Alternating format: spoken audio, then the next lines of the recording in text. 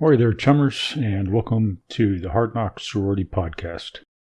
This is a 4th edition shadowrun actual play GM'd by myself, Paul, and played by Veronika as Cecile, aka College Girl, Kat as Diendre, Val as Ollie, aka Boxer, and Beth as Grace, aka Nightingale. This is episode 12 of season 2. The team deals with the aftermath of the bombing at Hazels Bar in very different ways. Boxer meets Nadia at the hospital. She got there faster than her. How important is Kaylee anyway? Diendre is reminded of ACAB. Grace's view of meta-humanity is further tarnished by a text conversation. Cecile provides discrete overwatch and begins collecting data, but others are already on the scene deleting it.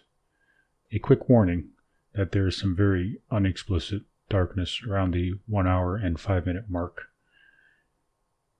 So Enjoy, we're guys. gonna have one of those rare intros. Oh my god. Oh my gosh, an intro scene. Yeah, and listen carefully because things will be said and revealed. All right, so our camera rises up through the smoke and flames with the sparks of the explosion into the sky. The screams and shouts fading below us as we turn north and west towards the shining heart of the Seattle Metroplex, leaving behind Auburn's industrial miasma and clamor and the newly imprinted aura of terror. As we zip towards downtown with its gleaming spires and towers, we are greeted with the comforting umbrella of security drones, helicopters, dirigibles, and vector thrust vehicles. Renton's slumbering suburbs pass under us, and to our right, Bellevue glows peacefully. Downtown is a veritable blaze of light.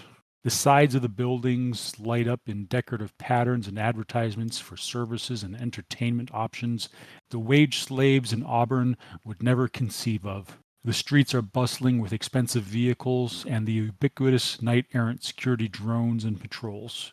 The light being radiated from Seattle Center seems to hold back the darkness, the ugliness, and the desperation of the outlying sectors with the blessing of wealth, power, and the unbearable lightness of being. In front of the Metropolitan Opera House, the beautiful people are spilling out of the magnificent Art Deco building and down the sprawling stairs towards the streets, where gleaming chariots of glass and chrome await them. The peepers and the paps are hemmed in and away by a wall of black and gold-clad security forces, but some trusted voices of the culture and fashion channels are allowed to approach the shining examples of the Metroplex's elite on display. A demure, dark-haired human female reporter from Seattle Arts manages to intercept a tall blonde woman in a severe blue gown that pulses with light patterns and shadows. Mrs. Petrov, the reporter begins with a placating and breathless voice, as one of the city's most generous donors to the arts, we hope you enjoyed Newman's interpretation of the Trials of Dunkelzahn. Diana Petrov smiles at her companion on her arm, a red-haired woman, wearing a similarly tailored and illuminated interpretation of a high-fashion pantsuit of dark gray. Newman has a way with his arrangements. The interpretation and inclusion of the Sasquatch Choir is surely a contribution which will echo through the ages. It makes the loss of President Dunkelzahn more poignant than it ever felt. The reporter from Seattle Arts clutches her heart with emotion as she seems to struggle to hold back tears. So well said, Miss Petrov. And such an honor to speak to you today. It was your generous vision that brought Newman to CMET after all. Your contribution to the arts elevates us all. But what I find so inspiring is your commitment to improving the lives of Seattle's less fortunate. Diana Petrov smiles magnanimously at the fawning compliment. The red-headed woman on her arm has turned her head away from the interviewer, apparently distracted by something in AR. Her brilliant red hair is shorn close to the scalp on the side facing our camera, and we can make out a large black star tattoo and several chrome data jacks. Where we go one, we go all, says Diana Petrov. That's why it is so important that we do everything we can to lift up the less fortunate in society.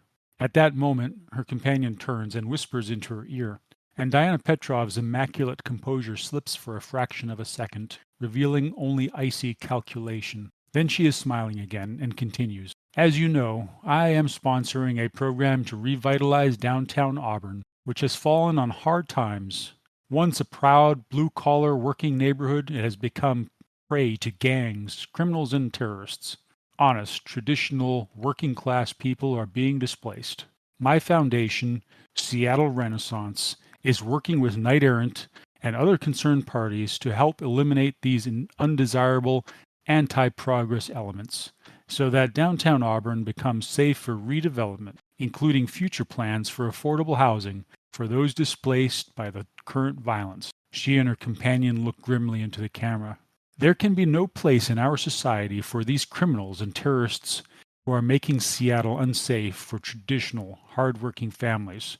The reporter seems to be distracted by something in AR and then asks, Mrs. Petrov, are you referring to the terrorist bombing that our outlets are reporting just happened in downtown Auburn? I am, she says, and I will not be cowed by the murderous filth infiltrating our society. It appears that this latest attack is the work of the Metahuman Brigade, and our defenders at Knight Errant have already begun making arrests. She makes an attempt to look compassionate as she continues. I know that not all metahumans can be painted with the same brush. Her companion smirks subtly. But downtown Auburn is in need of a good cleaning. But fear not, we will make downtown Auburn great again. Once the current population of the district has been contained, the work of sifting the good traditional working class families from the antisocial elements can begin. The reporter sighs breathlessly. You are such a brave example for us all, Mrs. Petrov. It has been an honor to spend time with you. Diana Petrov and her red-headed companion break away and step into a waiting vehicle. Inside, Diana looks at the other woman, whose red hair cascades down the left side of her face and onto the dark gray shoulder of her suit jacket. The woman is smaller than Diana, but far more athletic. The timing was perfect, Piper. The redhead smiles. Just wait until the video hits the airwaves. Our camera cuts away to a montage of TRID projections, holograms, and TRID screens on buildings across the Metroplex. On all of them, grainy footage is repeating, showing what appears to be an orc, her features obscured by a mask, but her metatype clear from the horns. She's flanked by a troll and another orc. They are wearing camo fatigues, body armor, and carrying assault rifles and pistols. Grenades hang from their harnesses. Behind them hangs a white banner, and scrawled across it in dripping red letters are the words, Metahuman Brigade. And that is the end of the cutscene. Let's make Auburn great again, guys. All right. So we left off. Ollie and Grace were walking home to Ollie's apartment. You both have a nice fat cred stick, freshly acquired in your pocket, and the feeling of accomplishment that comes from having completed a job and been paid. Maybe Ollie's thinking about the warning that Kirsten gave her. In any case, you do notice that as you're walking down the streets towards your apartment through the familiar neighborhood in Auburn, you notice that the streets are somewhat empty for this time of night, and there's plenty of vehicular traffic, but the usual bustle and hustle of the sidewalks and street vendors and people going to and from restaurants and bars and other places is somewhat thinner than it normally is, and probably Grace picks up on it too, even though she's not from Auburn, but with her astral perception and Ollie's knowledge of the area, you're both picking up on a tension and a little bit of fear in the neighborhood when suddenly the air seems to compress around you and a thunderclap of sound rolls through the streets. Ollie, you recognize the distinct sound of an explosion, a large explosion, probably from some kind of high explosive, not a cannon round or a missile, but some kind of bomb, maybe like an IED.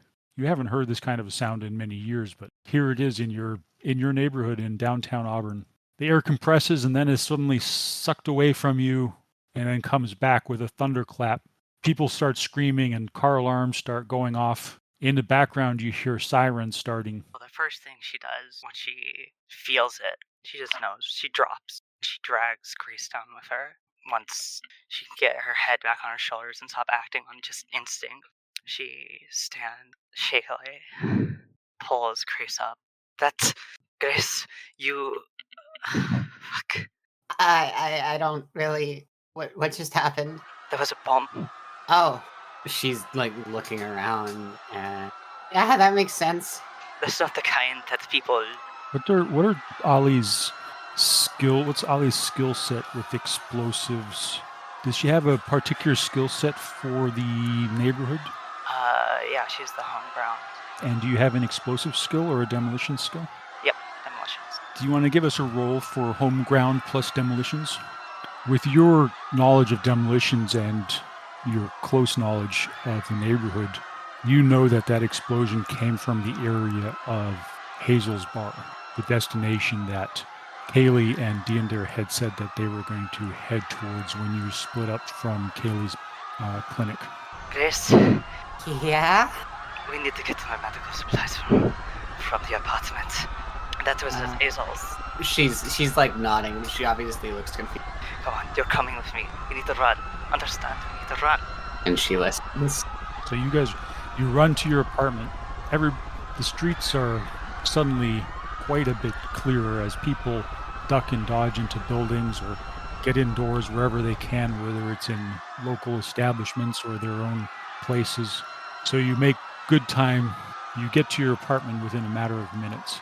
When you get there, as you're opening the door and entering it, your comlink starts buzzing furiously, and you recognize the code of Vicente. She answered, still grabbing, equipping herself. Ali, are you okay? I'm fine, but Kaylee and one of my people was heading down there.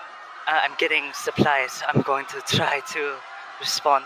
Be very careful. There's my unit, my squad, and myself have been ordered to head down to Puyallup for some reason. I think the people in our local district, Knight Errant headquarters, are putting some distance between the people that they don't think are loyal, namely me and my team. Looks like they're starting to put together some kind of a riot control squad to start clearing the streets. Be careful. All right. And make sure that Kaylee's okay and Hazel's okay? I'm sorry I can't come and help right now. If you can, try to, I don't know, get some of them off, distract them. I don't know. Those people, I'm going to be the only medical assistance most of these people are going to get. Well, hopefully Kaylee's okay. Right. All right, I've got to go. But let me know if you need anything. I will. And like I said, be careful on the streets. They're not going to be safe for long. I'll be as quick as I can manage. They're gearing up to do some kind of sweep, and I don't like the looks of it. You gather up your medical supplies and head out of the apartment, unless you had something else you wanted to do. Nothing she wasn't already carrying, but she's going to get the bike when she gets to it.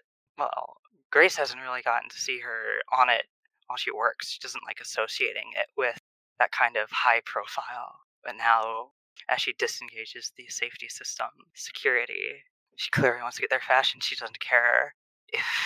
Is she going to be able to take Grace with her? Grace, you're going to need to hold on to me, alright? You can do it. You'll be fine. Besides, you have telekinesis. Just hold on to me with that or something. That's not quite how it works. But okay. And she tries. She tries. I imagine it would be kind of comedic and fumbling for like, a few seconds. Is she looking like a dog? Well, she mentioned something about medical care, that it was required, that, yeah. She probably wouldn't have dropped the spell yet. She's going to drop it whenever they actually get on, so that she can... All right, so you get out of there. In the distance, you start hearing the sounds of emergency response vehicles, sirens, helicopters, vector thrust vehicles. You get through the streets pretty efficiently, but make at least one vehicle control test since you're trying to get there as fast as possible. Forgot to add on one of my mods, but it doesn't really matter. Yeah, you have plenty of hits.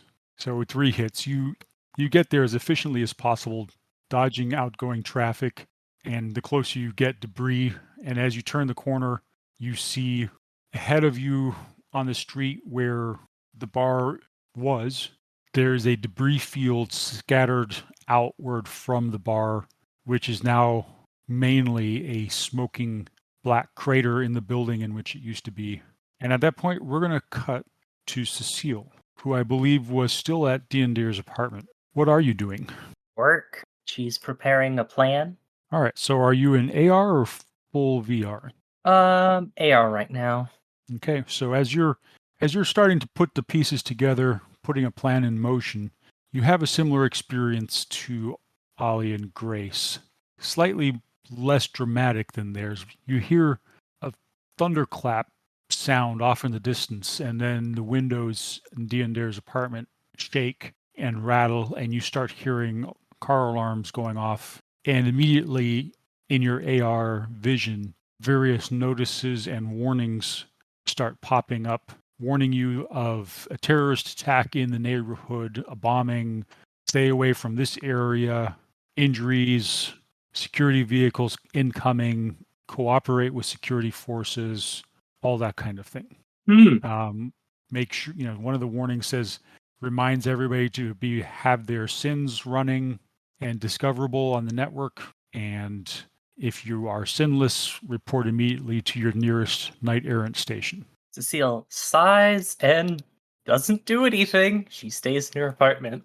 That sounds like a whole lot of nothing she wants to deal with. Diendre, Yes. how many boxes of damage did you take in the explosion? I took 7. I have 3 left on my track. Yeah, so you were not knocked off your feet, as I remember right, but you were injured by flying shrapnel. You were able to duck a flying street vendor cart. Unfortunately, Kaylee, the orc street doc, was not so lucky. And as you are now standing back upright and recovering from being blasted by flying glass and shards of metal and other debris, and the adrenaline is kicking in, you see the smoke rising and people flung around and starting to get up, and you see that Kaylee has been pinned to the ground by this cart, and she appears to be conscious and struggling to get the cart off of herself. The first thing that Diendre does, like during the blast, is she's drawing her sword, and then she's going to rush over and try to pull the cart off of Kaylee. Not like lift it completely off of her, but like topple it off of her. All right, let's make a body and strength test on that one. Body strength. No modifiers, I guess. No modifiers. Well, yes, modifiers from your wounds, from your injuries. 1. All right. And Kaylee is going to assist you with that. She still has 3 successes with her wound modifiers. Together you have 4 successes, and you're able to lever the cart off of her. She's gasping from having the wind knocked out of her, from having the breath knocked out of her. She's injured and bleeding in a similar manner, in the same way that you are. She appears to be injured by shrapnel flying. There's a gash on her forehead, and she's looking wild-eyed about. And she looks at you and she says, "We've got to help them." And she starts running towards the bar. Diendre like reaches out and grabs her, like in the as tight as she can, and goes, "Prepare for trauma," and rushes forward ahead of her in the burning. All right.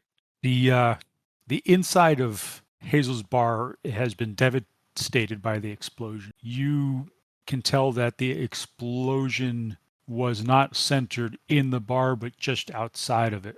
So fortunately, the outside walls and the doors stopped a lot of the direct blast, but the windows and doors did blow in, creating shrapnel. And there are the usual patrons of the bar are severely injured and lying about, or trying to pull themselves up, or calling for help.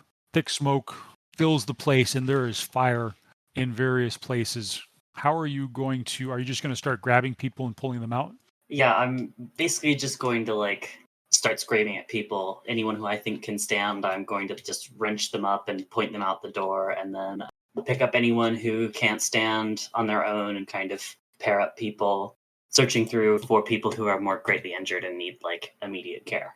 All right, you immediately are able to get several people up on their feet. Everybody seems severely or at least moderately injured. You get several going. You find several more who are injured beyond being able to get up, and you see the bartender Hazel, who you know too, lying behind the bar. She appears to be unconscious. I think once I've got the people who can get up and moving, Diendre is going to start with Hazel and just pick her up and start running towards out the door and towards wherever trauma is set up, wherever Kaylee is, I guess. All right, you get the people moving. Other people are picking themselves up and starting to drag other people out. There's a lot of noise and confusion, a lot of shouting. Basically, once people are trying to devolve into chaos, I brandish my sword and point them over towards Kaylee and go and yell at them, "Head to trauma," and stuff like that. You run behind the bar. Hazel's lying there. She appears to have been flung backwards against the bottle rack, and everything fell down on her. She's unconscious. She looks like she's taken a blow to the head and has shrapnel wounds. You get her up over your shoulder and start dragging her out through the smoke and wreckage to where Kaylee has started setting up a trauma and triage station. I get her as close to the trauma station as I can, and then set her down in the best way possible. I'm not trying to throw her on the ground. I'm set her down rather than.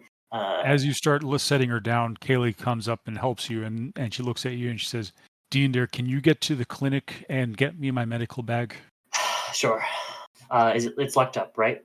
She hands you the maglock key. And then Diendre, sword in hand, sprints off. That's not wise.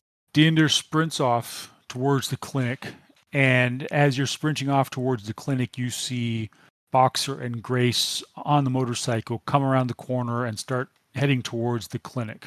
I'm still shouting, I guess, at them. If I think they're not moving fast enough, I'm going to shout at them that they need to be running. But I imagine they're on a vehicle, so... At this point, Ollie, you're going to have to either slow down or stop entirely because the debris field is getting quite thick and you're worried that you're going to either lose a tire or otherwise not be able to continue. You're close enough at this point where you see Kaylee is alive and she's started to tend to and set up a triage station. And then you see Diendre running towards you and past you, shouting to run over and start helping. She does. She sprints over. Diendre, you get to the clinic. The lights are off, everything's shut down. You open the door with the maglock. The medical kit is exactly where Kaylee said that it would be. It's a big duffel bag, sort of a go bag with all in red with a big white cross on it. As you lift it up and put it over your shoulder and start to head out the door, a night errant cruiser pulls up with flashing lights in front of the clinic, and two officers get out. And the minute they see you, they draw their handguns and aim them at you. And one of them shouts, get down right now. God, Diendre is not in the mood for this. Are we rolling initiative? No, I think the first thing, Diendre is not going to get down. She's sword out, bag over her, slung over her shoulder, heavily wounded.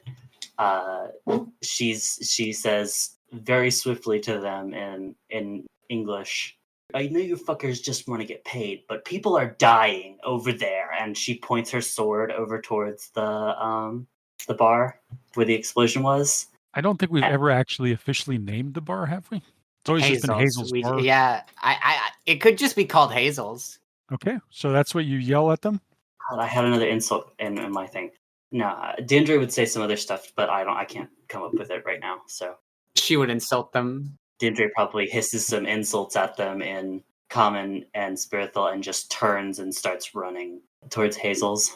They as you yell at them and proceed to start running, they still are brandishing their weapons and they are yelling, get down on the ground. By authority of X title, we have the authority to use deadly force to stop looting. Stop running immediately or we will open fire. I think Diendre turns around, still running backwards, and goes, I'm not fucking looting. I have a key. If you value your lives and your jobs, you will see that the people here need help before you shoot your fucking guns at me. Guess we're rolling initiative. Oh no. Diendre is... And she ran away from them. Holy... Diendre is something else. Dead. She's injured. This could go poorly. Oh no. Was that your new roll there, Diendre? The 10? Yeah, 10. Oh, she's not gonna have enough to beat them. She's severely wounded, and Diendre isn't going to try to beat them. She is running. She is trying to get the medical bag to where it's needed. After that, she can die. Oh my god. That's wow. Whoa. All right. You have the initiative. For whatever reason. Diendre is going to continue sprinting. Let me pull up the exact running rules because I would like to roll running to get extra movement. I can move with my free. I can use a simple action by making a running and strength test to add 2 meters to running rate. for each of my hits, I think. And my running rate is 25 meters per turn. So that's, depending on my roll, I'll make it a third of that because I have 3 initiative passes. She's going to spend all of her initiative pass running. Well, so 27 divided by 3. Is each score on the running test equivalent?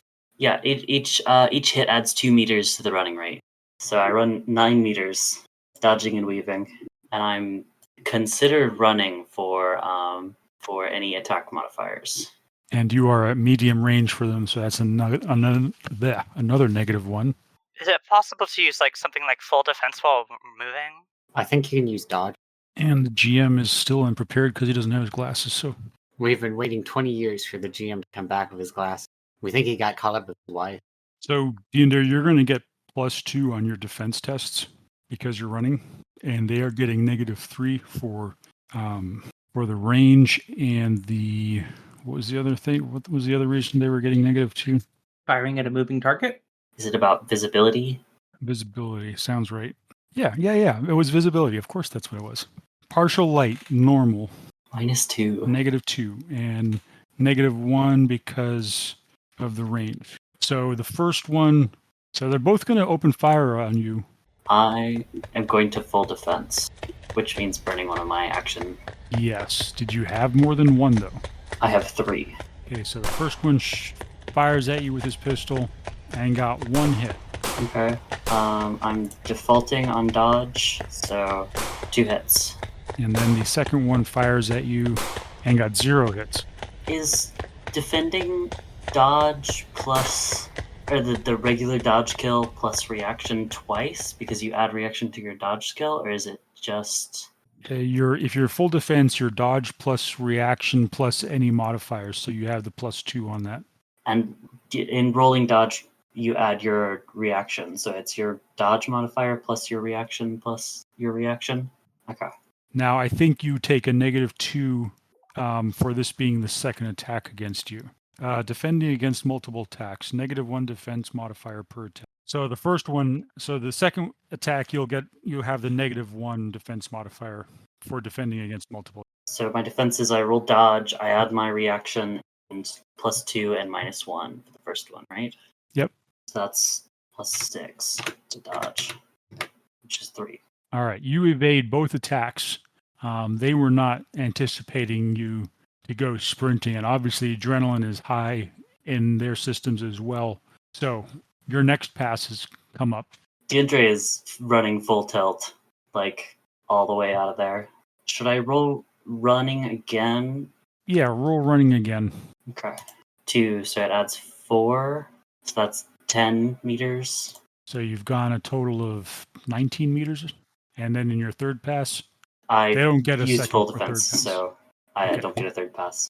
So you're 13 meters away at this point, and I guess we roll initiative again. 10. All right, Diendre, you're going again. You're still acting ahead of them. I'm gonna keep running. All right, make your running test. That's 1, so 9. I am 28 meters away from them now. All right, and they both fire off a second round. That would put me in long range with them if they're using pistols. They are. So they are -3. actually heavy pistol. Yep, -3. So they are at minus. 2 more rounds go wide of you, and then you start hearing them yelling, "She's getting away! Call it in! Get in the car!" I think Diendre is still running. Yeah, so you start running flat out. You're not looking over your shoulder anymore. Behind you, you hear the doors of the cruiser shut as you start approaching the bar and the area of devastation. You hear the siren fire up. Boxer and Grace, behind you and towards the direction of Kaylee's clinic, you hear gunshots and sirens. Both of you are helping Kaylee, right? Yeah. Nightingale, I imagine, would take to moving people in a much quicker and safer way via levitation, gathering up crumpled bodies, you know? Yep. You're busy. You're basically standing at the entrance to the bar, just sort of using your vision, your enhanced vision and your dual-natured vision to see who needs your attention most, and you're levitating them up out of the bar and into the street where Kaylee's got her triage center set up. Yeah, she's acting as a magical stretcher. She's also completely dropped the physical mask. She's herself, a pony, just in the open. In the midst of all this chaos, nobody's really paying any attention or noticing you. There's a lot more going on that they care about right now. And Ollie's helping Kaylee using the skills that she learned as a mercenary, triaging and patching those up who are most easily patched up. When you hear the gunshots, and half a minute later, Diendre comes running onto the scene carrying a large red duffel bag and over her shoulder and her sword in her sword hand.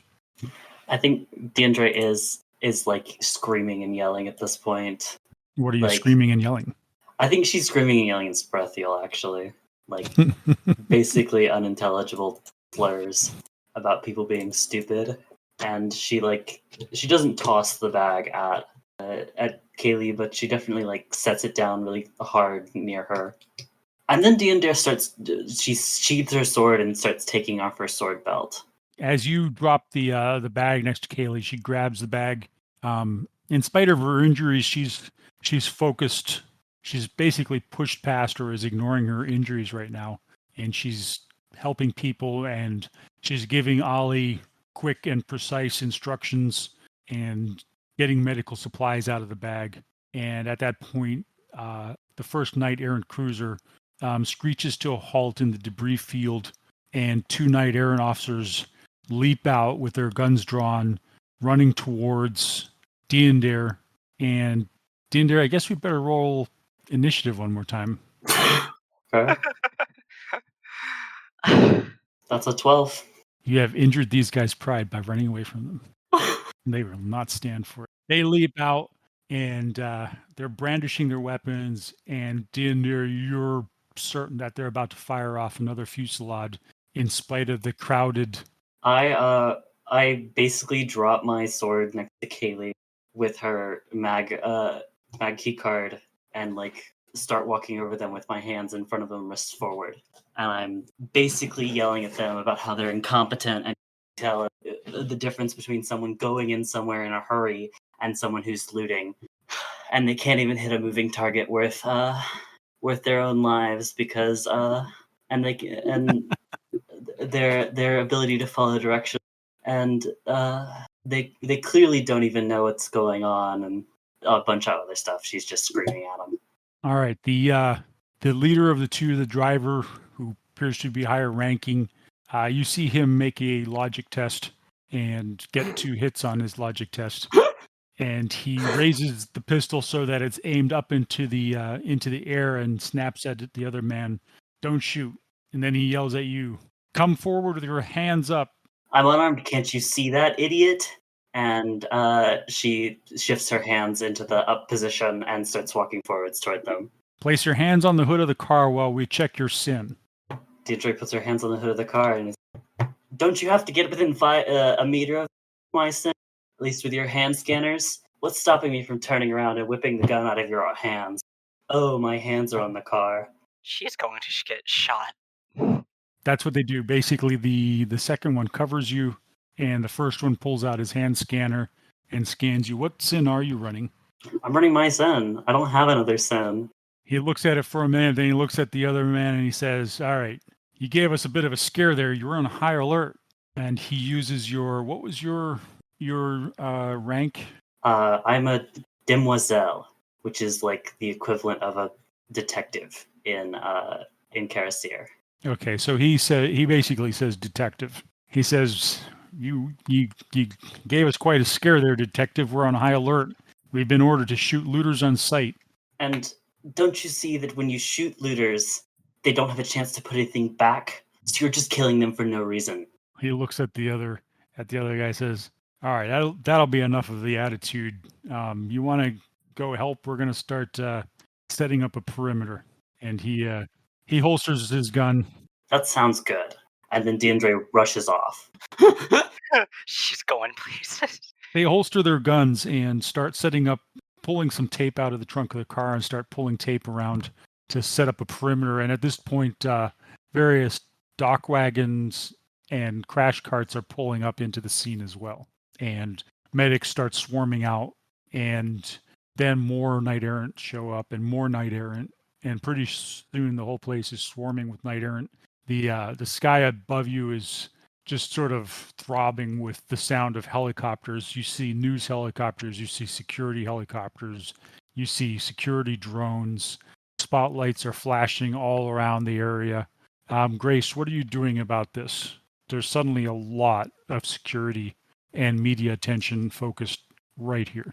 I think once Grace realizes what's happening, she's like has she already like moved most of the people that were like in desperate critical condition out of the building?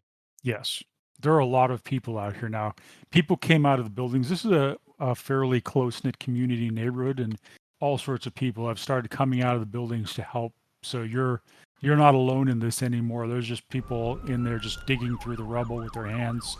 You know, there's just a massive community effort, and it's now being sort of overrun by the official security forces and the official medical forces. She's gonna cast invisibility, and just try to slip away. All right. Hold on, let me look at the force. Let's say she casts it at a force of 11. She really doesn't want to be here right now. You got 3 hits. 5 physical damage. Woo! Yikes. Okay. Yeah, you feel the energy just sort of rain out of your body, and the fatigue and ache and pain set in, and then you realize you're invisible, and now you've got to make some kind of a skill test to try to slink out of here. Do you have any kind of sneaking type skills? So would that be shadowing or infiltration? I guess we could go with infiltration, and I'll give you 4 extra dice because of the chaos going on around here and your invisibility. The flip side of infiltration is exfiltration, which is what you're doing. I rolled 3. Yeah, you are able to sneak out. And are you headed back for Boxer's apartment? I imagine she wouldn't want to just go, but she also doesn't want to be in the prey of that. She might. All right, so you slink out to the perimeter and find a place where you can be out of the way. Yeah. Yep, you find a doorway that is currently unoccupied where you're able to stand and watch as the security forces set up perimeter, and the various dock wagon and crash cart crews are coming in and triaging. And Ollie, at that moment, you make a reaction test. Give yourself +2 dice because everybody's on edge anyways. You're helping Kaylee. She's triaging, and the dock wagon teams and the crash cart teams are there, and they're yelling at her, and she's yelling at them who to go to first. And they're starting to pick some people up that have contracts. And then you just see Kaylee just sort of faint dead on her feet, and you just grab her as she falls and gently lay her down and start hollering for somebody to come help. She can figure it out, hopefully. Would I be using medicine or first aid? First aid. She's pretty badly injured in the blast, and the exertions of helping triage the wounded and injured has sort of drained the rest of what was left of her physical track, and she has fallen unconscious. Do I get any bonuses? Oh, right. I get home ground. Okay. She drops. You catch her.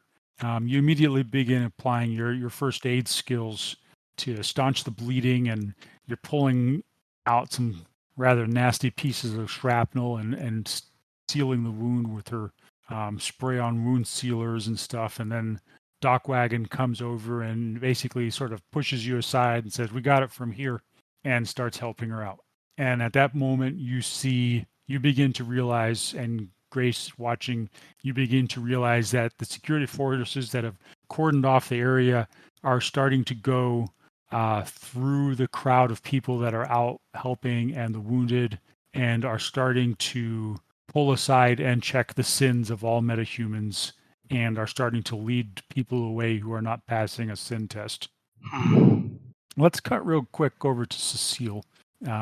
Your AR feed is filled with an alarming amount of information about the bombing. You're seeing helicopter eye view of the scene, bright spotlights playing across the crowd as they're trying to help each other, and you see this knight errant crews coming in and dock wagon, crash cart, and down in amongst the crowd you see the people that you've been talking to the last couple of days. You see Kaylee standing there helping out. You see Ollie with Kaylee. At some point you even catch sight of Grace briefly, and then she seems to disappear, and Diendre is in there as well. Diendre is looking her camera self with a completely different IE. Cecile's going to message Boxer immediately and ask, "Is Kaylee unharmed?" She doesn't answer. She's preoccupied. Yeah, I can imagine. As you're watching, you see the moment when Kaylee drops and Boxer catches her and lays her down and starts administering first aid. She's obviously fairly severely injured, and then a dock wagon crew comes in and carries Kaylee off. Okay, that's good. And then you see, nobody else has seen this, but for a brief moment, the news feed that you're watching is sort of sweeping the perimeter of the scene, and you see a motorcycle parked in the shadows, and sitting on the motorcycle with the engine running, helmet off, is a woman that you recognize as Nadia from the Samovar. And at that instant, as the camera sweeps across her, she puts her helmet on and guns the motorcycle out of there. Take a recording of that. And how quickly can Cecile get down there? It'll only take you a few minutes. To run? Yeah, it's not far away. At the most, like at a leisurely walk, it would take you 15 minutes. Okay. Yeah, I'm not going to do that because I think Cecile really can't contribute. She probably knows she can't get through the perimeter at this point. Yeah, and she also doesn't really want to be sin checked or whatever. However, what she is going to do, did she see any kind of like serial number or like person in that dock wagon vehicle? Which one? The one that took Kaylee? Mm-hmm. Yeah, you definitely are able to rewind the AR, the TRID feed, and pick up the registration number.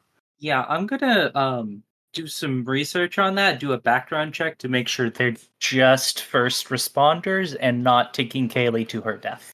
That's a very good idea. What should I roll for that?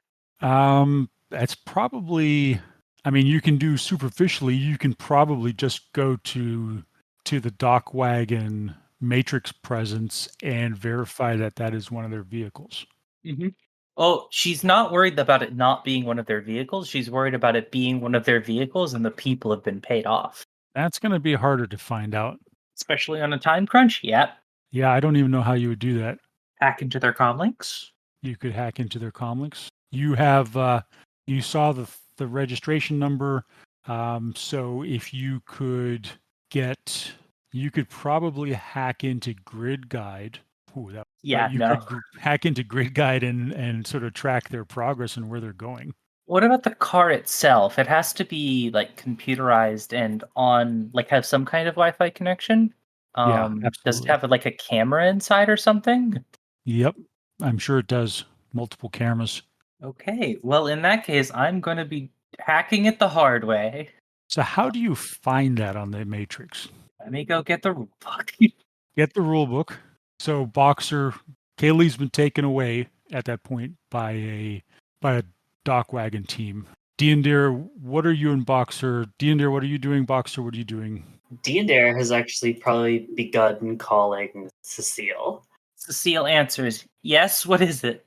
Diendre says, I need the security footage from around what's the place?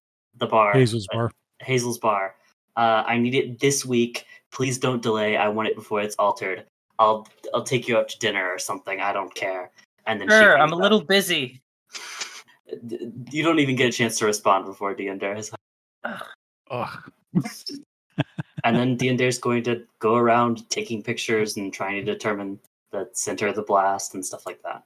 At various times, you're sin checked until people until the Night Errant team start realizing that you are who you are, and they stop paying attention to you.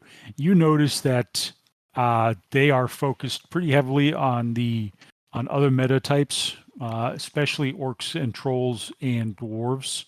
And if there is even the slightest thought that a sin is not correct, they seem to be pulling those people aside, and a large black roadmaster or city master has pulled up, and they are loading them into the back.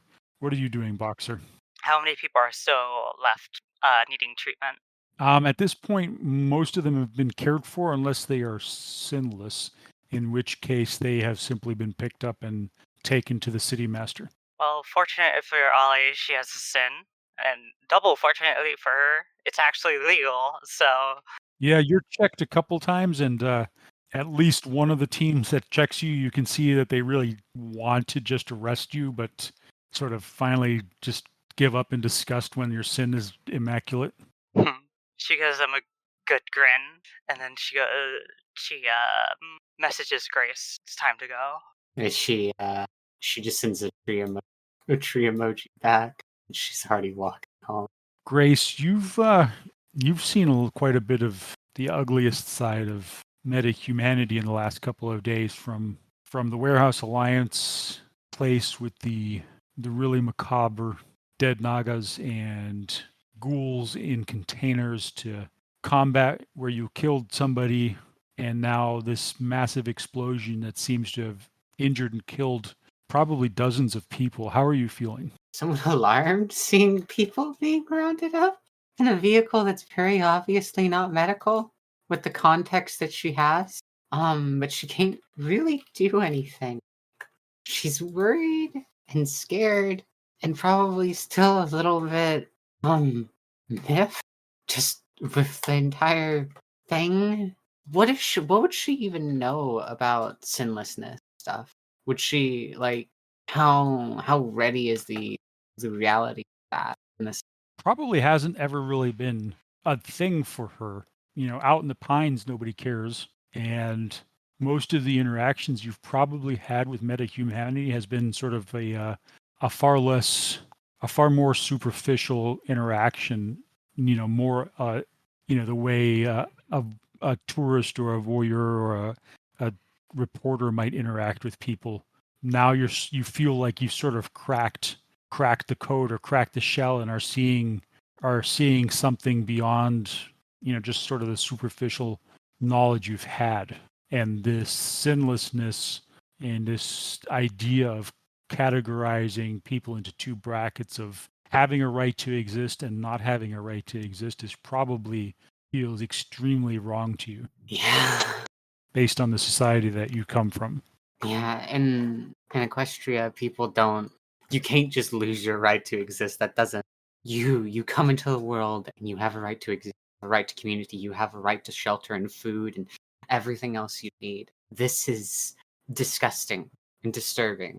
And from what she knows about metahuman, and considering that there was this huge humanist threat, she wouldn't be surprised if the cops are in on it, because she knows that they're not pure intention. They have their own interests. In fact, are those cops, are all of them humans? They are all humans. And, as you're dual-natured and perceiving in the astral, you see their emotional intent. You see their anger and hatred towards the metahumans that they are detaining. You see when Boxer has her sins scanned, and you see the security team, they really want to arrest her, and they are frustrated that they can't immediately arrest her. But you get the idea, that you get the sense from seeing their aura that they've noted Ollie's existence, and if she gives them any excuse, or maybe they'll find an excuse, they will arrest her. Their concern is not for the injured or for finding out what happened. It's not even about the letter of the law. They're just trying to round up freaks. They are just there to round up people.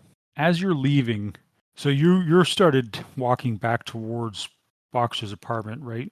Gathering on the outskirts, sort of outside of the perimeter of this, in the alleyways, you see teams of security forces dressed in heavy riot gear starting to sort of group up and block the alleyways. And at this point, neither Diendre nor Ali nor Boxer has noticed this. Diendre is, busy taking evidence, and Ali's been busy with Kaylee, and now is slowly starting to try to get out of the zone. You already cleared it, but now you're She's seeing going a to stark send a presence text out there. to Boxer. Pretty sure cops are humanists. Question mark, question mark, question mark. Worried. Cart full of metahumans. Racist, racist, racist! Exclamation point. What do I do? Question mark. There's a lot of them. Guns, armor. Exit area. Too many to do anything. Are you telling Boxer about the riot police starting to? Yeah, she would tell her. She might even snap a quick picture of them to send over. Is anybody gonna give Diendre a warning? I could see her posting that on the group chat in her fan. Let me make a logic test. Yeah, she would have sent it to the group chat between. Veronika, have you figured anything out on your? Is it hidden? It would not be hidden. I'm not confident, but I think if it's not hidden, you can just connect, even if it's through a lot of intermediate steps. Sort of just hand waved as you know where it is. You know what it is. I mean, it's not hiding itself. Yeah, but the Matrix is a vast thing to be in, filled with all sorts of icons and. Sure, but I do have a serial number, and presumably there's a tracker somewhere. I know its physical location. If nothing else, I can just hack into things in the area, like whatever Wi-Fi router is servicing it, and then connect through that. All right. Well, then we're going to hack it. But first, we're going to see what Diendre and Boxer do with the message that they get from Grace, stating that there seems to be a very heavy riot police presence outside of the perimeter that seems to be closing in on the site. I think Diendre isn't looking at her phone. She has a camera that she's been using to take pictures. And once she has enough evidence on the scene of the crime, basically, once she thinks she has enough, she's going to turn around and start taking pictures of the cops. Okay, Boxer, don't forget that you came on your bike, which is now starting to become part of the perimeter unless you go rescue it. She orders it to drive off. She has autopilot on it. Nothing happens. Oh, fuck. Probably the cops have shut down Grid Guide in this location. Oof. All right. She's going to it then. You walk towards it. Diendre, as you start taking pictures of the cops, you see that they take note, and several of them start moving towards you. I think she checks over her pictures and starts loading up her camera after she thinks she has enough, which is a few. And she doesn't point the camera at the cops that are walking towards her when she's tries to take more pictures. She's like, "Oh, I gotta get this area over here," and she's looking around from the center of what she's standing in, what she believes is the center of the blast radius. She takes pictures of other stuff around and then checks through them and starts loading up her camera into its bag. Cecile, are you going to hack the dock wagon? Yeah, okay. What are you rolling against? I would be rolling against its... Rating? Just a rating? The threshold is the target's firewall. +3 because I'll go for a security account. So start hacking. 1. Not great. You haven't quite gained entrance yet. You get your admin account on it. You break through its firewall and open an admin account. Security account. You have access to the vehicle systems. You see the camera in the medical bay. You see 2 medical assistants that are working on Kaylee. Kaylee is still unconscious, and there are 2 dock wagon employees sitting in the cab driving towards the local hospital. Okay. I'll just monitor them, the audio too, to make sure they aren't saying anything or doing anything suspicious. The audio reveals only that they are concerned about their patient and trying to figure out which hospital to get to, and also questioning how they're going to bill the city of Auburn, the township of Auburn, for their services, the emergency services that they're providing that night, since so many of the people that they've picked up aren't actually dock wagon contract holders. Cool. I'll just keep monitoring that. All right. The dock wagon gets to the hospital. There's already a crush of other emergency vehicles there, and you see Kaylee being loaded off by personnel from the hospital itself onto the gurney. And the minute the gurney leaves the side of the dock wagon ambulance, it takes off, and according to the people in the cab, they are headed right back to the triage center, to the triage area. Cool. I'll just drop that then. The AR notifications that you're getting about the emergency in downtown Auburn are getting more strict in their police messaging about complying with police orders, and you see that a curfew has been imposed on downtown Auburn starting basically immediately. Ooh, that's a problem because I wanted to go to the hospital where they were keeping Kaylee. Is that a long walk? It's probably not in walking distance. I'm not going to hack a hospital. And you see that Grid Guide and the various public transportation services in downtown Auburn have been shut down as well. Well, rats. Because I really don't trust them to not try anything on Kaylee. But at the same time, I'm probably not going to hack a hospital to make sure they don't. Because what will I do? Yeah, it seems like the only thing that would help in that case is physical presence. Yeah. Boxer, you get to your motorcycle with some difficulty pushing through the perimeter of police. The main road that you came down is clear at this time. You could get out of there with the motorcycle, but you would have to manually drive it, which you always do anyways. She checks in on Grace to ask where she is. Where is Grace? Did Grace already get past the perimeter? Yes, Grace is out past the perimeter and was headed to Box's apartment, then turned around to look and send some messages about what she was seeing and what she was concerned about. She would text back, "I'm going to the house, period. I think we should do something." Cecile's going to message the group chat, get to whatever hospital they sent Kaylee to, and watch Kaylee. She clarifies that she can't leave because of the curfew. After Diendre confronts the cops that are walking up to her, she will look at the chat log, I guess. Yeah, the cops come up to Diendre, and one of them's a lieutenant, and he scans your SIN and looks at it, and then he says, "Detective, so you're not on active status anymore. May I ask what you're doing?"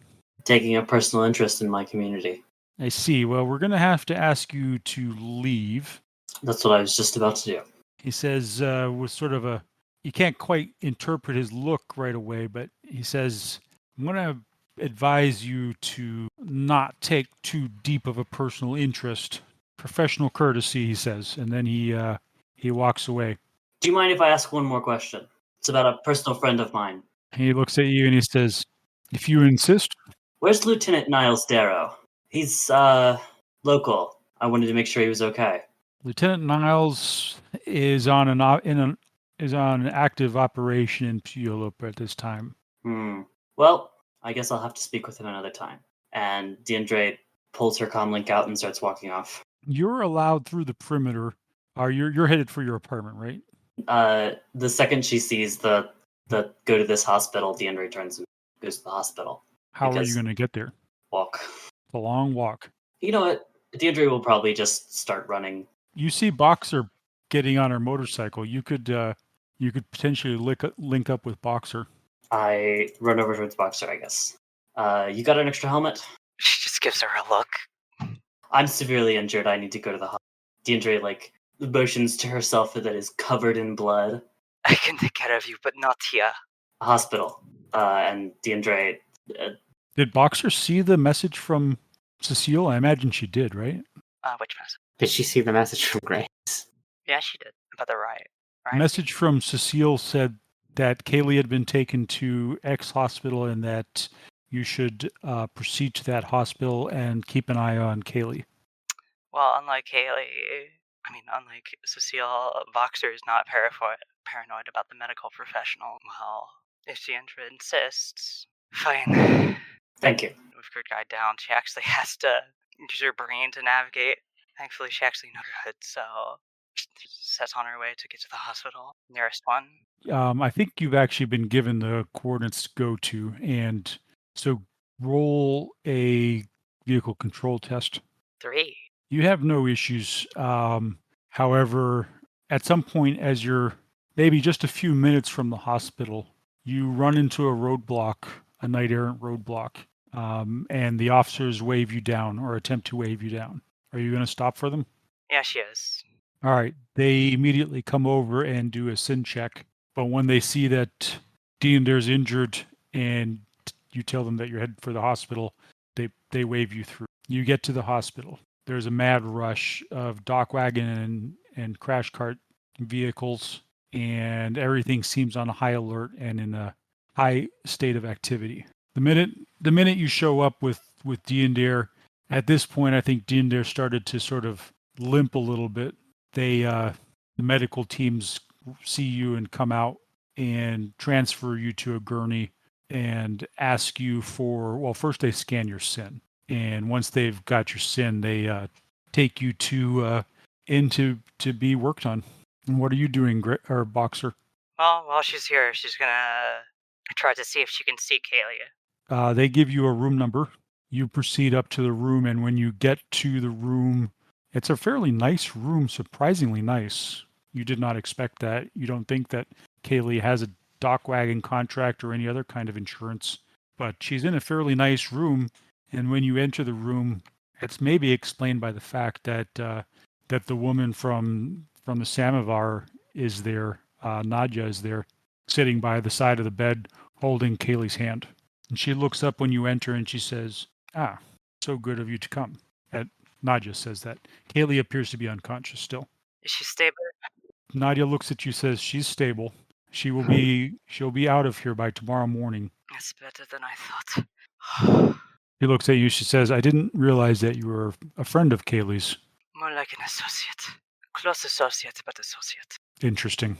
Everything seems to be connected, circles within circles. Indeed. Well, are you going to stay for a while? I'm sure Kaylee would be happy to see you when she wakes up. Well, yeah, I think I will. Are the rest of your friends okay? One of them, I had to bring them here. Everyone else was either not present or safe. Yes. Good. I don't suppose you know what happened? I don't know what happened. Can I ask you a personal question? Sure. Do you have a good SIN? I do. It appears that there's some kind of effort to make downtown Auburn uncomfortable for as many people as possible. And they're starting with the SIN list. So if you or any of your other friends are lacking solid SINs, you should probably make an effort to get one now. I think we're all good on that front. Good. Indeed. Cecile, is there anything else that you're going to do? Yes, while all this is happening, Cecile is doing research on the best reporters who are idealistic, let's say, and that she thinks will not be swayed by bribery. She's looking for someone to essentially offer an exclusive scoop to about the bombings that just happened. So you think that you're probably going to want to go to somebody from probably KSAF. They style themselves the last bastion of free and independent news in Seattle. There's Zach Flash, who you hear all the time on their channel, but he's more of a DJ, not really a reporter. Mm-hmm. She'll shortlist it. I mean, her main witness isn't awake right now, so it's not really pressing. Yeah. You probably can see on your list of contacts that both Boxer and Diendre are at the hospital at the moment. Grace, you get back to Boxer's apartment. I don't think Grace would be going straight to the apartment. She really wants to do something. She does. And I'm feeling very on edge because I don't know if this is at all a good idea. But those people are being rounded up like use a metahuman expression, cattle. I want to summon a spirit and have it completely disrupt the. Oh boy. Should I do that? My answer is a big no. No, you don't think so? You may not survive. That's a bit dangerous. Also, can spirits be traced back to you? Yeah, they can. Yeah, that's no. You want to summon a hostile spirit in the middle of an emergency with cops who are on edge and who will track you down. It's just they're rounding up people, and I know that they're probably going to kill them. That's dozens of lives in that car right there. God. If this is communication in character, I'm not going to say anything. Diendre is probably being drugged. It isn't. It's out of character. But I bet they won't be like driving them to behind a warehouse or whatever and putting a bullet in each of their brains. They're probably just going to lock them up somewhere for a few days. I mean, Grace had texted the group. She had said something to the effect of, "I feel like we should do something." Did anybody respond? Yeah, Boxer said too many to do anything.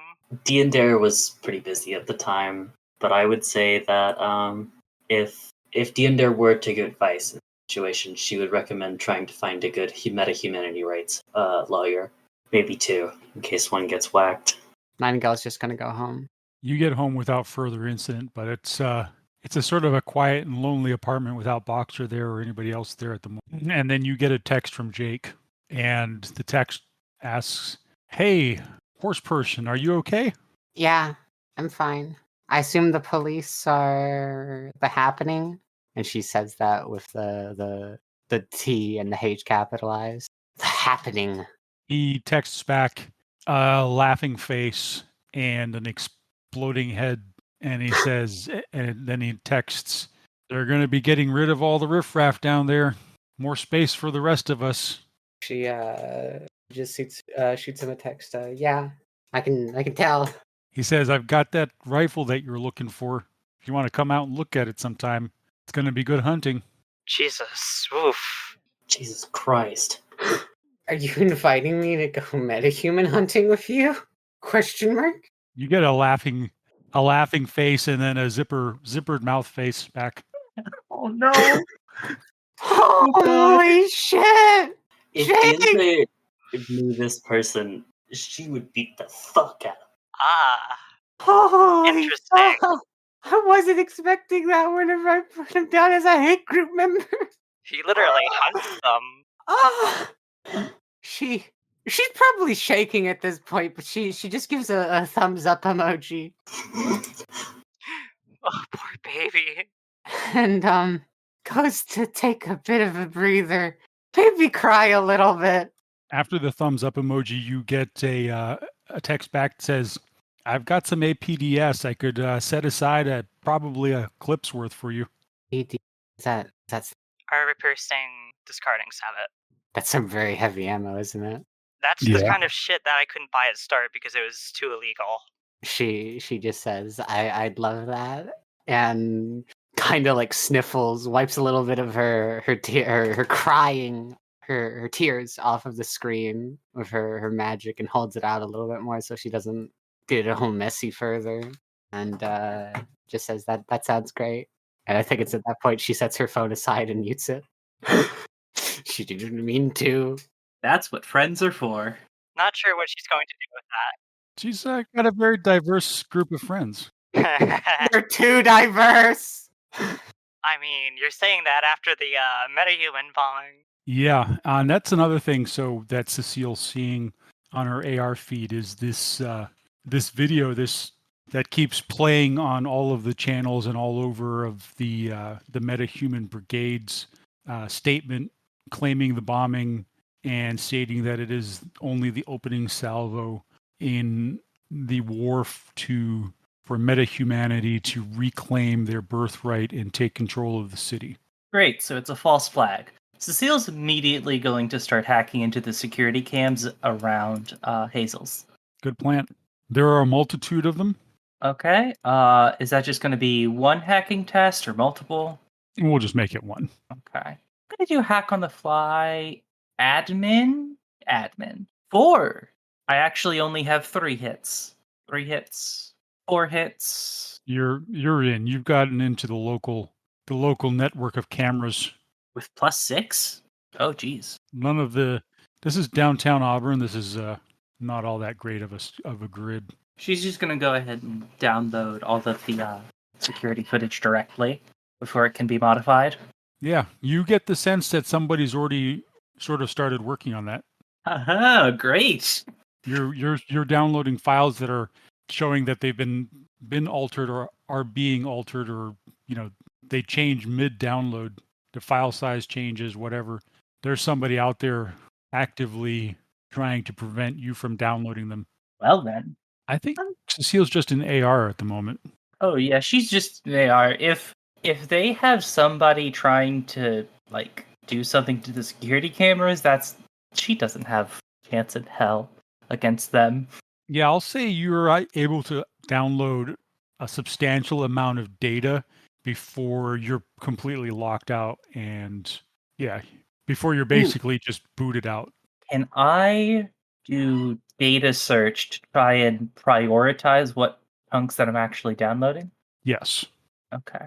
Because I don't want to lose important stuff just because, awful roll. Could be better. You could edge that. Has it been a day since I used my last edge? Yes. Okay. In that case, I am going to use an edge immediately and re-roll that. So that's 6 dice that I am re-rolling. Oh my goodness. Never mind. Fuck me. You almost glitched. You rolled a different amount of dice this. Yeah, because I'm re-rolling. Well, so you re-rolled your misses. So you've got a total of 2 hits. Yep. Right? Mm-hmm. Yeah, so there was no glitching there. Not a stellar performance, given my dice pool. Yeah, well, I mean, as you're in there trying to prioritize what you're downloading and trying to stay ahead of whoever is in there, just mass erasing the data and bricking cameras and causing all sorts of havoc. It's you're basically doing this on the run. What was the purpose again? You were prioritizing what you downloaded. Yeah, trying to get periods of time where something would have happened, or there are people there, etc. Instead of just static shots where nothing changes for 5 hours. Yeah, you're sure that in spite of the fact that you were running against some fairly powerful matrix intervention, you managed to get a good chunk of data downloaded, and probably good data, and hopefully you weren't tracked. Oh, yeah. On top of that, I'm going to go ahead and change my access code. I know I have it anonymized, but yeah. Change your access code. You could also just restart your device too. That's always a good thing to do. You restart the device, change it manually, which I'm going to do now. Blah, blah, blah. I'm actually, before I do that, I am going to redirect trace. Although I assume they aren't tracking yet, so it's not active. Actually, do I know of it if I'm being actively tracked? You don't know. Okay. Well, it's not like she can leave. I mean, you've jacked out, so they probably can't track you. Yeah. Probably. Let's hope. Hacking plus software or hardware plus logic would be better. I'm just going to change it permanently again. That's 1 plus 5 is 6. 3. Good enough. So I've changed my access ID too. Yeah. So you feel pretty confident that you've covered your tracks. Pretty confident is not confident enough, as far as I'm concerned. Are you going to start doing anything with the data now? I mean, I guess she can start looking through it for anything that would give her more information. Gives her something to do so she doesn't feel restless. Yeah. So as we leave, Cecile is distracting herself, sifting through footage and probably pinpointing the exact moment of the blast. And Grace is alone in Boxer's apartment, wondering what she's gotten herself into. Boxer is sitting with Kaylee, and Diendre is in treatment. And the world has suddenly gone quite dark.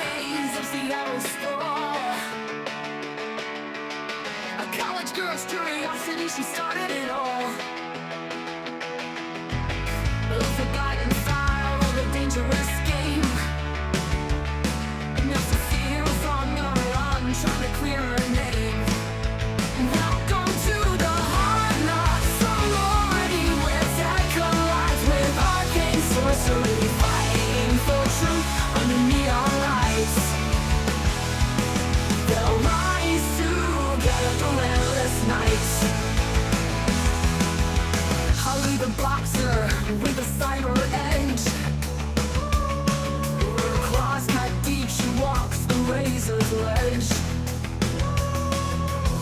Her from Equestria, tough yet kind. Facing a world that's so unrefined. Diendre searches a path of pain. Her brother's shadow in the acid rain. Prokoff's revenge of endeavor revealed. He's using Cecile as a weapon concealed. Welcome to the Hard Knocks Sorority, where tech collides with arcane sorcery, fighting for truth under neon lights. They'll rise together through endless nights. The scroll's alive, its pulse beats cold.